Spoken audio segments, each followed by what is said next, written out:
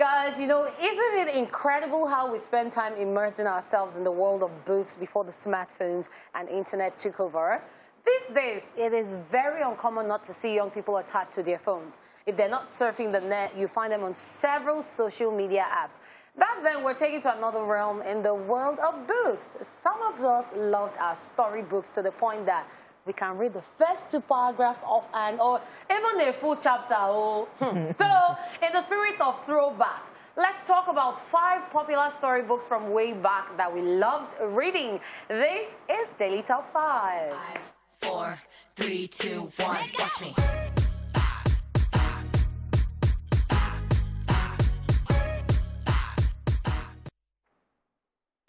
First on our list, Eze Goes to School.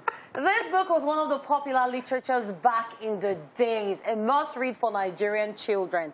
It portrays the life of a typical Nigerian community and inspiring determination in the face of challenges. Eze wakes up at dawn every time just to reach school early. Well, we hope Eze is a graduate now, Sha, because every morning, Eze goes to school. I really love the way, you know, the stories were. And I know that it is still what they have. I want to believe that it is what they have right now. Like, you're just teaching children to do certain things like be punctual and all that. So you have storybooks like that. You're still teaching them how to read. But they just know that, you know what?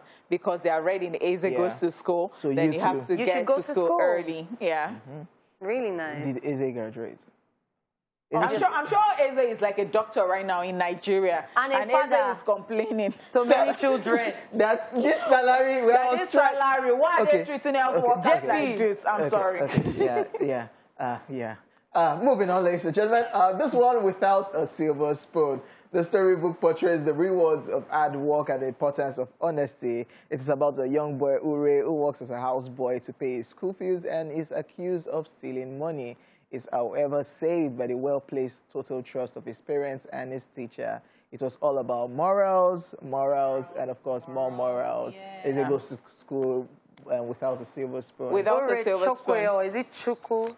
I still remember. Hey, man, books we had to read back then. I tell you. I can't even remember some by paragraphs. All right, next on our list is Alawiye.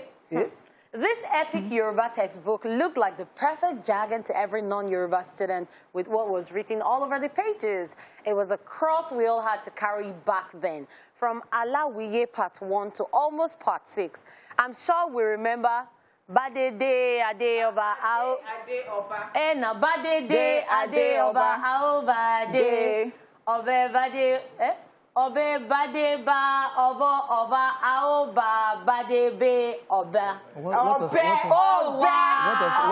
also the popular Ishe ni ogun Ishe. Murasi Ishe, Ore Mi, and many more. What does all of this I particularly love, you know, Alawiye. I'm so excited about Alawiye. He taught us how to actually read Yoruba very well, and you know that it means so many things, different things, especially when you have Ami and the Ami. Yeah. So when you have Bade, De, Ade, Oba, the O, you know, O, and then you are giving all the Ami, you know, and we were just writing it anyway. We just said bad day, so the sign should be day, bad day. And the second one you're saying. That one.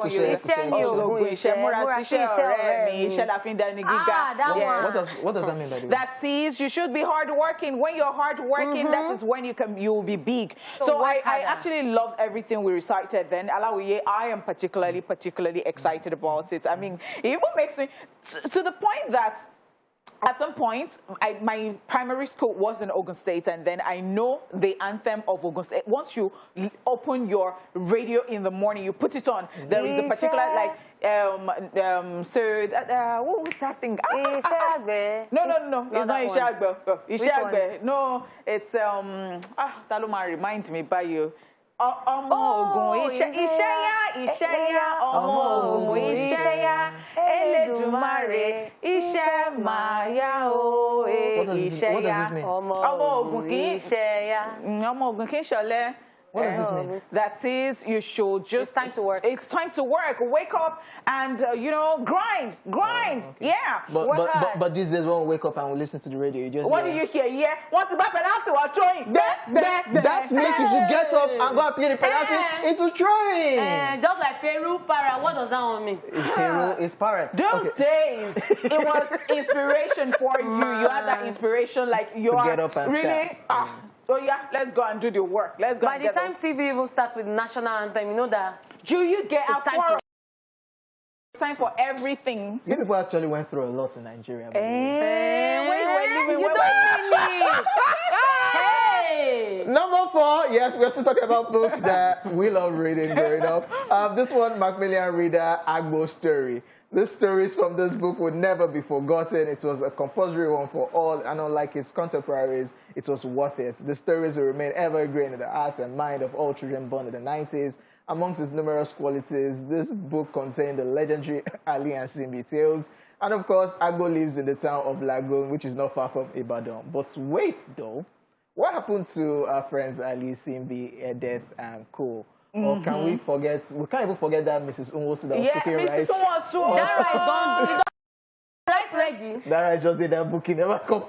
You now jump from Ali is a boy, Cindy is a girl, Ali Mr. and Cindy. Salandi. It was quite interesting, you know, and kudos to the writers of this book. Back then. You know, they understood what children would, you know, like. I mean, that was just their job, and it was just so fantastic like that. I loved it. I mean, looking back, interesting. Edet lives in Calabar. Now we're reading He's about 8 years old. astronauts. How old is Edet? Edet. Edet has gone back to Calabar. No, He has Edet. gone back to Calabar. Edet's supposed to be Malaysia. You know? Okay, yeah. Oh, Edet derailed. I know they. Edet goes. No, Edet did not do that. So that one, Phoebe Okon. But he likes to read his books. Okay, yeah. Anyway. Because he likes to, likes his maybe books. Okon from Apa. I'm sorry. Yeah. You people should leave Okun and Edet. Moving on, the next book, I'm sure many of you can relate. It's My Bible Story. I don't think the reasons we love this book so much has changed, because if you grew up in Nigeria in the 80s and early 90s, then you will remember My Book of Bible Stories was special to some of us. It was hands down the most popular Christian religious text available to children, and many of our early perceptions of God was shaped by the book. It was so much easier to read than the Bible, and also with the help of the pictures. Yes, it was that picture aspect of it that I really totally loved, because sometimes you don't even want to read anything, but when you're just saying that you're turning the chapters, you're just turning the pages of the colorful and all that, and that yellow color would never just leave my head. Very true. And I think that there was this, and moving away from this, you know that Gideon, a small Bible, mini Bible, they used to give New Testament, they used to give everybody that year. The blue, it was a blue one. It was a blue one. It was a blue one. It was a blue one. And way back to, we had people visit secondary schools, and then they would give us Simple, that sanitary towel. Simple. I don't know if you remember that. Because I remember. You feel remember. You feel remember. Maybe they give your babe. She give you me you old lamb. Okay, they calm because down. everybody knew, and I'm sure that even in mixed schools, they did not send the guys away.